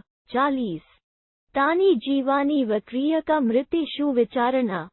5 इंद्रियों वाय समस्त प्राणियों में सूर्य, चंद्र, वायु, ब्रह्मा, प्राण, यज्ञ और यमराज, इन सब देवताओं का निवास है, जो उन्हें जीते जी बेचकर जीविका चलाते हैं, उन्हें अधर्म की प्राप्ति होती है। फिर मृत जीवों का विक्रय करने वालों के विषय में तो कहा ही क्या जाए। अजोग निर्वृणो मेषः सूर्योश्वः पृथिवी विराट। 41 धेनुर्वत्सश्च सोमो वै विक्रियतन सिद्ध्यति। बकरा अग्नि का, भीड़ वरुण का, घोड़ा सूर्य का और पृथ्वी रूप है तथा गाय और बछड़े चंद्रमा के स्वरूप हैं। इनको बेचने से कल्याण की प्राप्ति नहीं होती। 41 का तैले का घृते ब्रह्मन मधुन प्यौषधेषु वा। 42 अदंशम शके देशे तांश्च मातुः प्रियांजानन्नाक्रम्य बहुधा नराः। 43 नयन्ति बहुकदमान वह संपीडिता धुर्याः सीदन्त्य विद्ना परे। 44। किंतु ब्राह्मण, तेल, घी, शहद और दवाओं की बिक्री करने में क्या हानि है? बहुत से मनुष्य तो दंश और मच्छरों से रहित देश में उत्पन्न और सुख से पले हुए पशुओं को यह जानते हुए भी कि ये अपनी माताओं को बहुत प्रिय हैं और इनके बिछुड़ने से उन्हें बहुत कष्ट होगा, जबरदस्ती आक्रमण करके ऐसे देशों में ले जाते हैं जहां दंश, मच्छर और कीचड़ की अधिकता होती है। कितने ही बोझ ढोने वाले पशु भारी भार से पीड़ित हो लोगों द्वारा अनुचित रूप से सताए जाते हैं। 42। 44। न मन्ये भ्रूण हत्यापि विशिष्टा तेन कर्मणा कृष्ण साध्विति मनन्ते सा च वृत्ति सुदारुणा। 45। मैं समझता हूँ कि उस क्रूर कर्म से बढ़कर भ्रूण हत्या का पाप भी नहीं है। कुछ लोग खेती को अच्छा मानते हैं, परंतु वो वृत्ति भी अत्यंत कठोर है। 45। भूमिं भूमिष्यांश्चैव हन्ति काष्ठम्यो मुखम तथयान्दोहो युक्तान संवेक्षस जाजले। 46। जाजले, जिसके मुख पर फाल जुड़ा हुआ है, वो हल पृथ्वी को पीड़ा देता है और उसके भीतर रहने वाले जीवों का भी वध कर डालता है और उसमें जो बैल जोते जाते हैं उनकी दुर्दशा पर भी दृष्टिपात करो। 46। अज्ञा इति गवा नाम क एता हन्तुमृति महचकारा कुशलम वृष गा तु यह। 47।